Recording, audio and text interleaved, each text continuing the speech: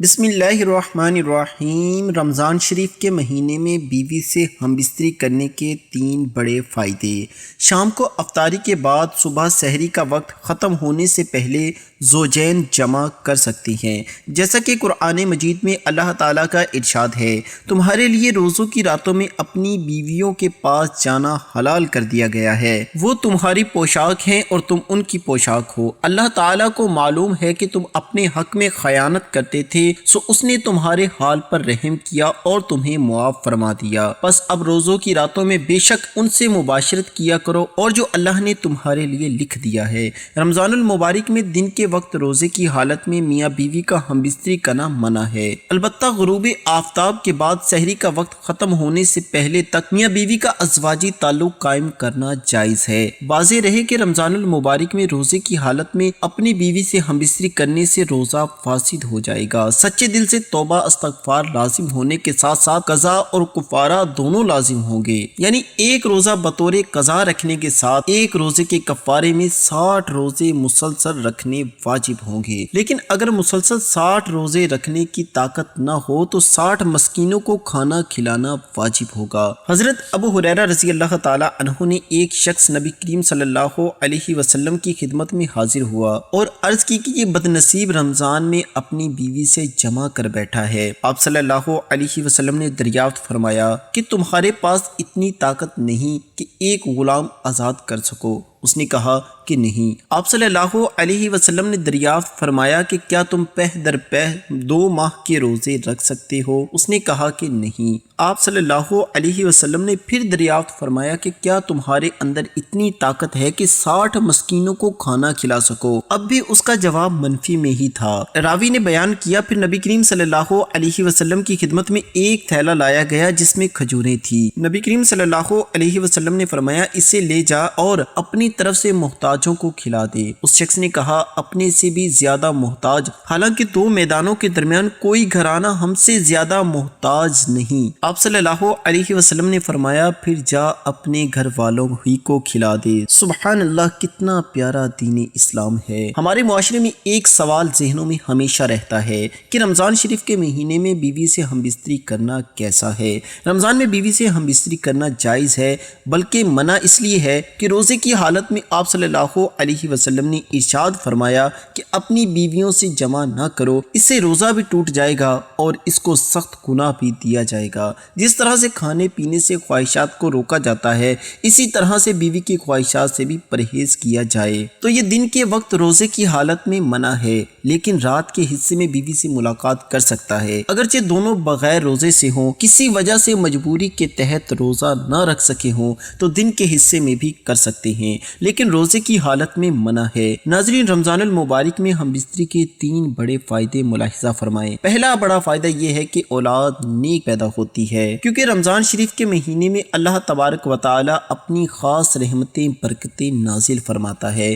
اور اس مہینے میں لوگ عبادت کرتے ہیں، نماز روزہ اور اللہ کی عبادت میں مشغول رہتے ہیں، جس کی وجہ سے دل روشن ہوتا ہے، دل میں ایک نئی تازگی، ایمان میں نئی حرارت پیدا ہوتی ہے، جس کی وجہ سے مرد اور عورت کا جو پانی ہے، جس پانی کے ذریعے اللہ تعالیٰ ایک انسان کا وجود ظاہر کرتا ہے، تو اس پانی میں بھی نکھار پیدا کر دیتا ہے۔ واضح ہوا کہ اللہ تعالیٰ کے ولی جن کی اولادیں بھی نیک ہوا کرتی تھی اور اب بھی ہوتی ہیں، تو اس کی وجہ صرف اور صرف یہ ہے کہ وہ عبادت کرتے ہیں، جس کی وجہ سے ان کا دل تو روشن ہوتا ہی ہے، ان کا ایمان ایک دم نورانی ہوتا ہے۔ اس کے علاوہ اللہ تعالیٰ اس مخصوص پانی کو بھی نکھار دے دیتا ہے، جس کے ذریعے ہونے والی اولاد نیک پیدا ہوتی ہے۔ اس پانی میں نیک تاثرات پیدا فرما دیتا ہے، اچھے تاثرات پیدا ہوتے ہیں، عبادت کے ذریعے سے اس پانی میں نکھار پیدا ہوتا ہے، تو اس لیے اولاد نیک پیدا ہونے کی کافی حد تک امید ہوتی ہے۔ دوسرا بڑا فائدہ رمضان شریف کے مہینے میں جمع کرنے سے شیطان کی شرارت سے میاں بیوی محفوظ رہتے ہیں، کیونکہ رمضان المبارک میں شیطان کو قید کر دیا جاتا ہے۔ واضح رہے کہ رمضان کے علاوہ اور دنوں میں شیطان خلوت گاہ میں داخل ہو جاتا ہے، جہاں میاں بیوی اپنی خواہشات پورا کر رہے ہوتے ہیں، وہاں وہ داخل ہو جاتا ہے اور اپنے